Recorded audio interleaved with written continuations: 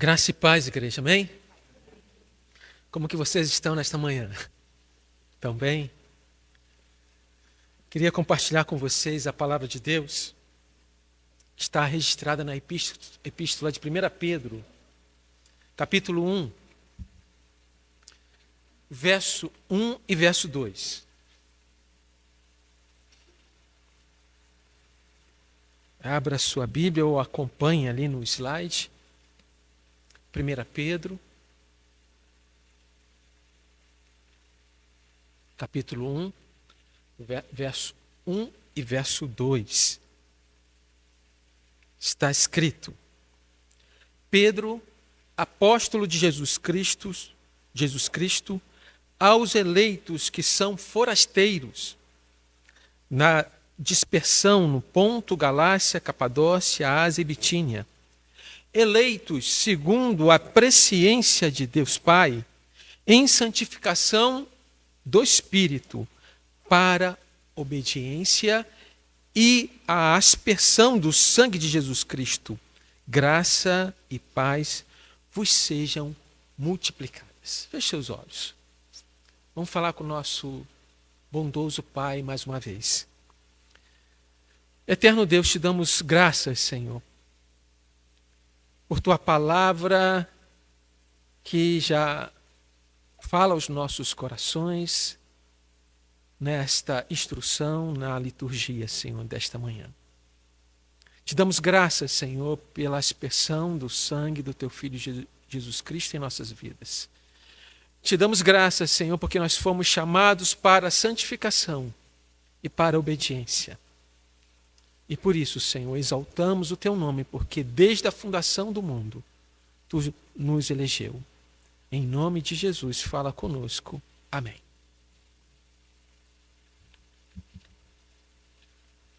Eis aqui a carta, a epístola do apóstolo Pedro. E há um registro na própria palavra de quem era Pedro. Pedro era aquele pescador, empresário, podemos dizer assim, impulsivo, líder, um homem forte, porque após a ressurreição de Jesus Cristo, ele disse para os seus companheiros: vou pescar, e foi pescar a noite toda e levou eles. Jesus já tinha aparecido 2 vezes para Pedro, para os discípulos. Estavam num ambiente fechado e Jesus apareceu, mas Tomé não estava. A segunda vez, Tomé estava. E a terceira vez é quando eles voltam dessa pescaria e não pescaram peixe nenhum. E Jesus estava na praia, na margem, e mandou que eles lançassem a rede. E lançaram e pegaram 153 peixes. E Pedro puxa essa rede sozinho. Ele era um homem forte. E eis aqui o que o próprio Jesus, Deus, Espírito Santo, faz com este homem iletrado e com o auxílio de Silvano, Silas, escreveu esta carta de 1 Pedro, que é o que tem um grego melhor. Jesus deu um novo nome para Pedro, porque antes era Simão. Chamou ele de Pedro, que tem o significado de pedra, ou um fragmento de uma rocha, que comparativamente se refere à força, estabilidade, solidez, isso tudo baseado naquela confissão que o próprio Pedro fez a respeito de Jesus Cristo, quando Jesus perguntou para os seus discípulos quem as pessoas achavam que ele era. E Pedro, inspirado pelo Espírito Santo, disse que Jesus Cristo era o Filho de Deus vivo. E naquele dia, ali na margem, Jesus dá uma importante tarefa para aquele que tinha negado ele 3 vezes. Você me ama? Jesus pergunta isso 3 vezes. Talvez para lembrar da negação de Pedro, e agora uma afirmação de amor, acompanhado de uma incumbência, acompanhado de uma tarefa: apacentar as minhas ovelhas. E essa tarefa exigia o quê? Amor. E amor é o quê? Sacrifício, renúncia.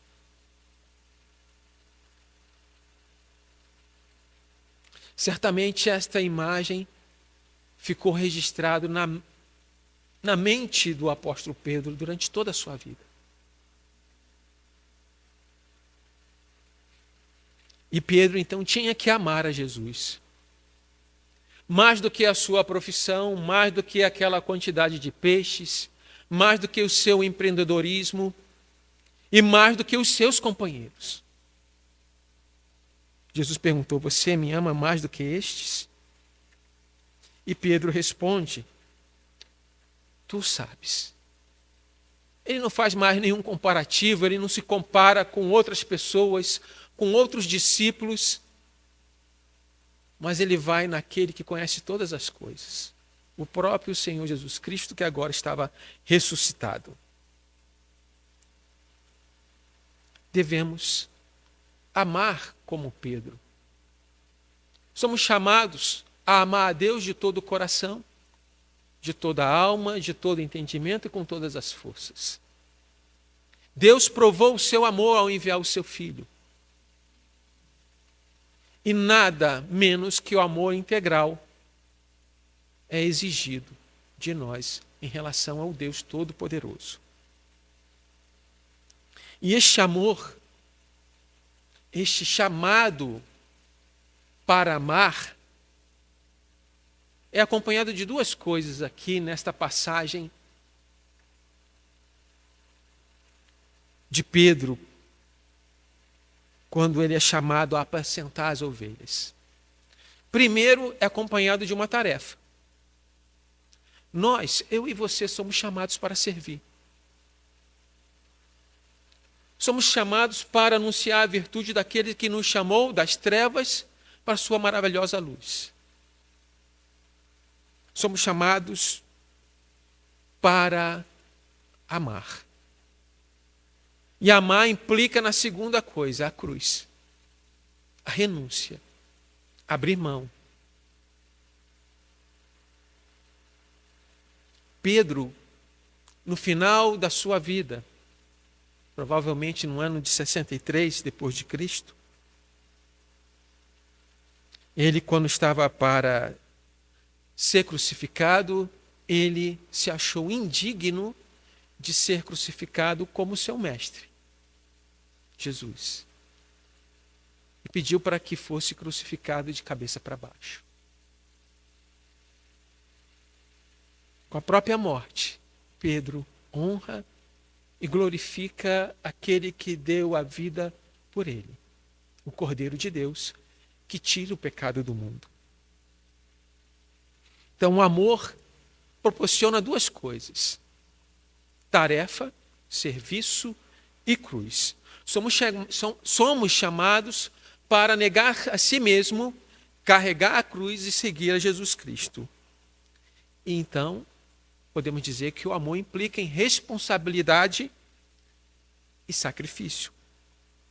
Por isso, esta imagem que Pedro tinha no seu coração, na sua mente, ele traduz aqui nesta carta com o objetivo de fortalecer uma igreja que era perseguida, apacentar o rebanho de Jesus, que era uma das suas prioridades. Quem apacenta, quem tem essa responsabilidade de apacentar as ovelhas, sabe que recai sobre os seus ombros a imensa responsabilidade de amar. E é por isso que Jesus perguntou para Pedro 3 vezes: tu me amas? E da mesma forma que Pedro era esse fragmento de rocha, essa pedra baseado em sua confissão, ele escreve em 1 Pedro capítulo 2, 4 a 6, o seguinte: chegando-vos para ele pedra que vive, ele é Jesus Cristo, rejeitada assim pelos homens, mas para com Deus eleita e preciosa. Também vós, como pedras que vivem, nós também, Pedro nos chama de pedras. Pedras que vivem. Sois edificado o quê? Casa espiritual, para ser de sacerdócio santo, a fim de oferecerdes sacrifícios espirituais a Deus por intermédio de Jesus Cristo. Pois isto está nas Escrituras. Eis que ponho em Sião uma pedra angular, eleita e preciosa. E quem nele crê ou nela crê, não será de modo algum envergonhado. Somos pedras que vivem. E pedra é uma coisa inanimada. Olha que comparação, né? Mas nós somos pedra que vive, somos casa espiritual para apresentar sacrifícios agradáveis. Aí entra o serviço. Pedro se identifica também como apóstolo. No sentido geral, apóstolo é enviado, mensageiro. De um modo geral, todos nós somos enviados. Somos chamados por Deus deste mundo, somos enviados por Jesus Cristo para cumprir os propósitos de Deus aqui por um tempo determinado. E apóstolo também traz uma grande responsabilidade, porque aquilo que os apóstolos fizeram estavam sob a incumbência e a autoridade daquele que morreu na cruz e ressuscitou, daquele que recebeu todo o poder no céu e na terra, plena autoridade. E isso traz responsabilidade e também limitações. Limitação no sentido de se anunciar exclusivamente aquilo que eles receberam. Anunciar aquilo que está nas Escrituras Sagradas. Como enviado de Deus, não podemos falar nada além do que está aqui escrito. Se anunciamos algo que não está escrito aqui, somos mensageiros imprestáveis. Por isso, muitos pastores têm se desviado, têm sido enganados, porque anunciam além do que está escrito nas Sagradas Escrituras. Além de Pedro se identificar como apóstolo, ele diz que é apóstolo de Jesus Cristo. Jesus Cristo. Muitas vezes, por nós mencionarmos várias vezes Jesus Cristo, pensamos que é um nome composto, não é? Jesus Cristo não é um nome composto. Não é como Luiz Henrique. Não. Cristo é um título que significa Messias, que significa ungido. E foi exatamente isso que Pedro identificou em sua confissão. Mateus 16, respondeu Simão Pedro: Tu és o Cristo, o Filho de Deus vivo, aquele prometido, aquele que haveria de vir ao mundo. E precisamos constantemente lembrar disso. E não pensar que Jesus Cristo é um nome composto, mas que Cristo é o título. Pedro, em sua primeira pregação, naquele dia do Pentecoste, onde 3.000 homens foram convertidos, em Atos 2, 34 e 36, encontramos o seguinte registro: porque Davi não subiu aos céus, mas ele mesmo declara: até que eu ponha os teus inimigos por estrado dos teus pés. Esteja absolutamente certa, pois toda a casa de Israel, de que a este Jesus que vós crucificastes, Deus o fez Senhor e Cristo. Então, aquele que escreveu a carta, este remetente, é um apóstolo, ou seja, é uma pessoa autorizada para fazê-lo em nome de Jesus, o Cristo. E ele traça o destinatário, ou os destinatários, e começa a qualificá-los como eleitos. Eleitos. O termo eleito vai nos auxiliar muito em aconselhamento. Ou seja, visa mostrar que não foi uma decisão deles que produziu a conversão, que produziu a redenção, que produziu a salvação. Não. A eleição acontece de antemão. A eleição aconteceu na eternidade. E isso nos coloca num status maravilhoso. Status de filhos e filhas de Deus. Um privilégio que é imerecido, devido à nossa natureza pecaminosa e também ao nosso pecado. Lemos aqui na liturgia como o pecado afeta o ser humano. É tratado ali como chagas, feridas, algo purulento, terrível. E o pecado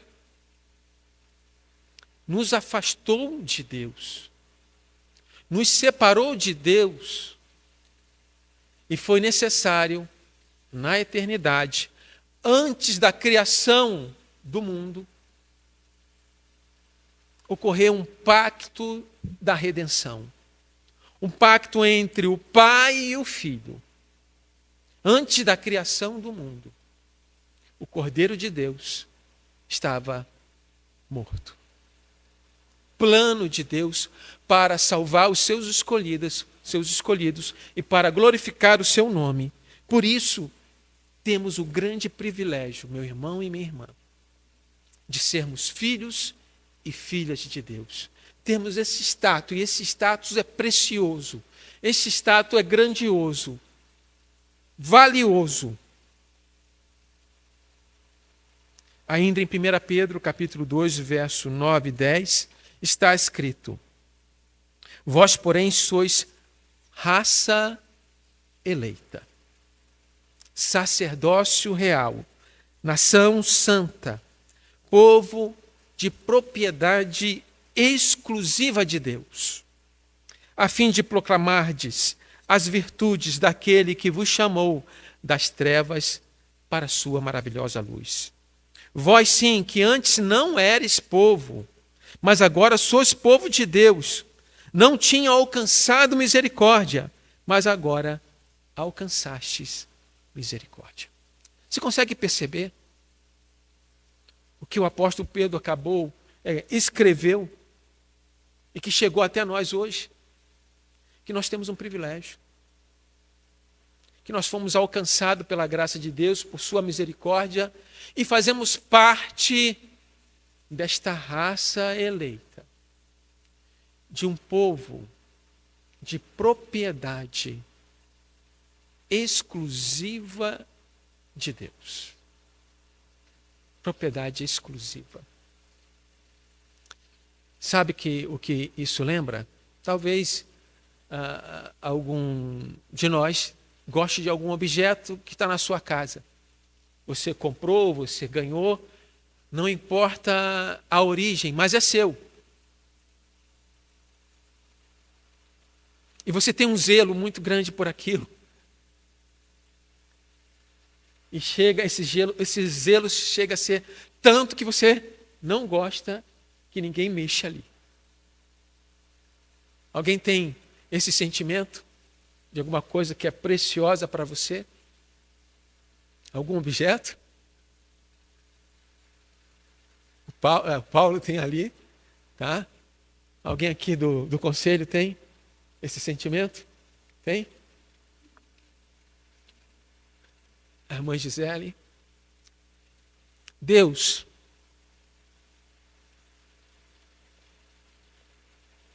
te amou ao ponto de não poupar o seu próprio filho, o dom inefável, aquilo que existe de melhor.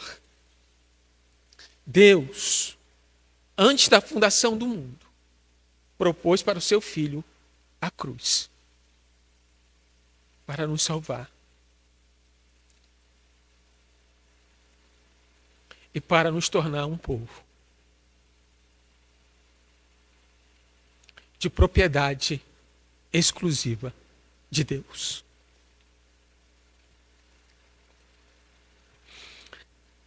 Além de eleito, nós somos forasteiros. Não sei se alguém já teve esta oportunidade aqui de morar em outro país. Alguém já teve esta oportunidade aqui de morar em outro país? Deixa eu ver. Tá, o Adolfo. Mais alguém? Quanto tempo morou lá em outro país, Adolfo? 1 ano e meio. 2 anos. 2 anos e meio. Tá? E qual foi o país? Vários países da Europa. Tá? Certamente não é uma coisa muito fácil ficar longe da sua pátria, longe de amigos, longe da família. Apesar que para o cristão, na maioria dos lugares você encontra uma família cristã. Posso dizer pelo menos no Brasil, né? No Brasil, com certeza. Não importa o estado.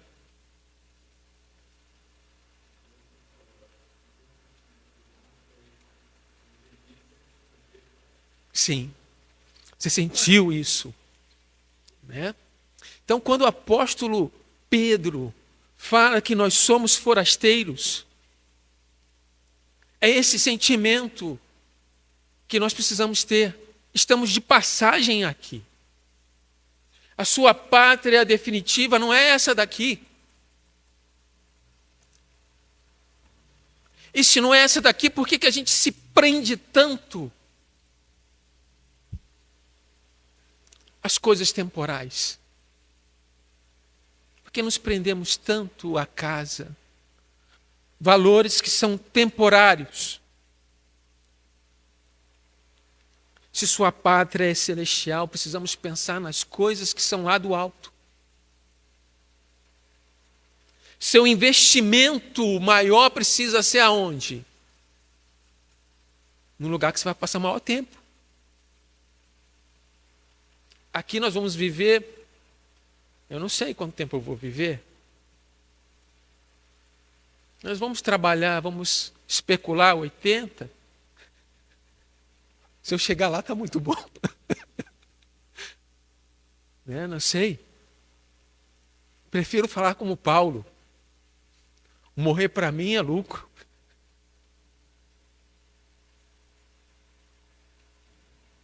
Mais 80 anos, o que é comparado com a eternidade? E Jesus falou, junte tesouros no céu, onde a traça e a ferrugem não corroem. E para você investir tesouro no céu, você tem que o quê? Investir a partir daqui da terra. Aí mais uma vez, voltamos ao início. Você é chamado, chamada para servir. Você é chamado para uma tarefa, um propósito que tem que ser cumprido aqui na terra. Você é chamado para carregar a cruz, negar a si mesmo e seguir a Jesus Cristo. Por isso você é um forasteiro aqui. Sua pátria é celestial. Em outras palavras, você é um corpo estranho. O que acontece quando um corpo estranho entra no seu organismo? O que acontece? Oi? Ele é eliminado. Mas existe um combate, não é? O seu corpo fabrica o quê? Oi? Anticorpos. Certo? Para poder tirar aquele corpo estranho que está fazendo mal. Nós somos o sal da terra e luz do mundo. O mundo está nas trevas. E conforme o nosso Senhor Jesus Cristo disse, o mundo nos odeia. Por isso nós somos um corpo estranho no mundo. João 15, 19 fala isso. Se vós fosses do mundo, o mundo amaria o que era seu. Como todavia não sois do mundo, pelo contrário, dele vos escolhi, por isso o mundo vos odeia. Nós temos este privilégio de ter sido escolhido por Jesus Cristo. E ainda o apóstolo João, em sua carta, a primeira carta de João, capítulo 2, verso 15 e 17. E aqui eu falo mais com jovens que são também tentados pelo mundo. E não só os jovens, né? Todos nós somos tentados pelo mundo. Está escrito: não ameis o mundo, nem as coisas que há no mundo. Se alguém amar o mundo, o amor do Pai não está nele. Porque tudo que há no mundo, nós temos aqui 3 qualificações das coisas que há no mundo: a concupiscência da carne, o desejo da carne, a concupiscência dos olhos, a soberba da vida. Não procede de Deus, mas procede do mundo. Ora, o mundo passa, bem como as suas concupiscências. Aquele, porém, que faz a vontade de Deus permanece eternamente. O mundo passa. E o que nós estamos falando aqui são de valores eternos. Nós estamos falando daquele que é eterno, o Deus Pai, Filho e Espírito Santo. Um Deus que nos abençoou com toda sorte de bênçãos nas regiões celestiais em Cristo Jesus. A nossa morada é uma morada eterna que Jesus foi preparar. O mundo, ele passa. Então não negocie com as coisas do mundo. Não vale a pena. Sabe o mau negócio? Sabe quando uma pessoa faz um mau negócio? Está ali um empresário. Né? Tem mais algum empresário aqui? Alguém que trabalha, né, e tem que fazer negócios? Ou não precisa nem ser um empresário, às vezes você faz um mau negócio. Você compra algo que faltou você pensar, analisar bem. Certo? Ou toma uma decisão errada. Amar o mundo é um mau negócio. Por isso, aquele que é forasteiro, que tem essa filiação divina, vai sofrer a incompreensão deste mundo. Vai ser perseguido. E desta forma nós vamos ter um relacionamento correto com o mundo, não sendo seduzido por esses desejos. O apóstolo Pedro ainda diz que seus ouvintes são dispersos, faz parte da diáspora, da dispersão. Cristãos gentios e cristãos judeus que viviam longe da Judéia e da Galiléia. Estavam nessas províncias romana. Eram a semeadura de Deus para o anúncio do Evangelho. Muitos deles podem ter sido convertidos naquele dia de Pentecostes. O verso 2, para a gente se aproximar do final, vou tentar ser um pouco mais rápido. Eleitos segundo a presciência de Deus em santificação do Espírito Santo, para obediência à aspersão do sangue de Jesus Cristo, graça e paz vos sejam multiplicadas. Eleitos segundo a presciência, segundo a provisão, a predestinação, o conhecimento de Deus, o amor de Deus, designo pré-temporal do amor de Deus, prognoses no grego. E isso vai conduzir a trajetória de cada um de vocês. Deus tem um plano sábio e amoroso para a vida de vocês, que foi preparado de antemão e que abarca todas as circunstâncias de nossas vidas e nos leva até a eternidade. Abarca tudo. Deus está trabalhando na sua vida.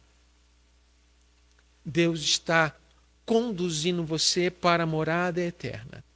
Da mesma forma que o povo foi conduzido, o povo de Israel, os hebreus, quando Deus os libertou com um braço forte da escravidão do Egito e os conduziu até a terra prometida, nós também estamos na mesma peregrinação aqui na terra, caminhando, passo a passo, e Deus trabalhando em nosso caráter, Deus trabalhando em nossa vida, para que a cada dia você e eu pareçamos mais com nosso Senhor e Salvador Jesus Cristo. Somos chamados para ser santo, porque Deus é santo. E santo tem dois significados. Um, pertencer, de pertencimento. Conforme nós vimos já em Pedro, nós somos propriedade exclusiva. E aqui nós lembramos do Antigo Testamento, onde Deus separou um povo exclusivo para realizar a sua obra.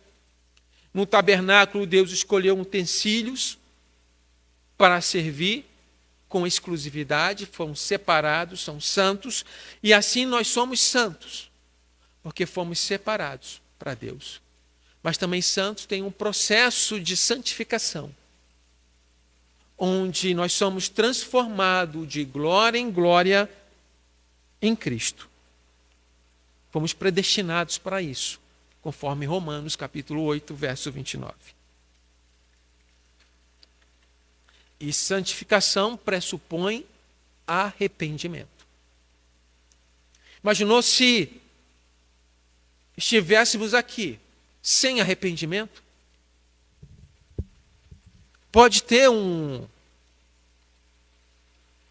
pessoa que frequenta a igreja, mas nunca se arrependeu? A igreja verdadeira é composta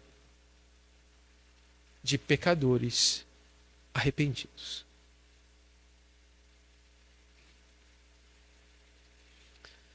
No verso 1 Pedro, capítulo 1, verso 15, está escrito: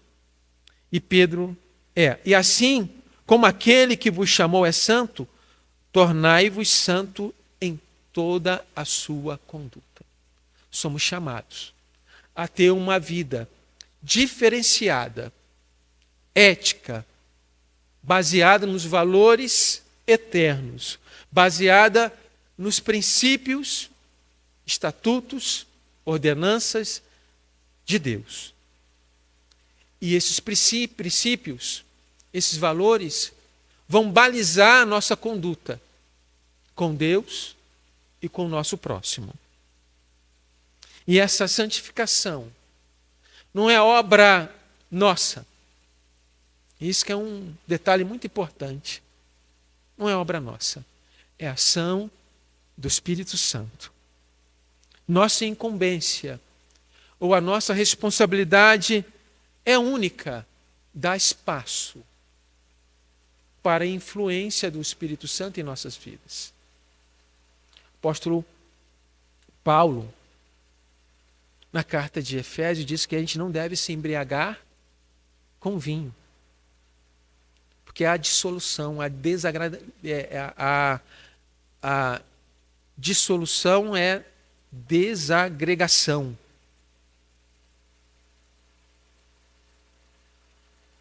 A influência do álcool provoca destruição de uma vida, de uma família, do próprio organismo. O apóstolo Paulo diz, não seja governado pelo álcool, mas seja governado, seja influenciado pelo Espírito Santo. E esse Espírito Santo que vai trabalhar em nós esta santificação. Por isso, nós somos comprometidos com esta vida santificada, comprometidos também com a obediência, a partir também da aspersão do sangue da aliança.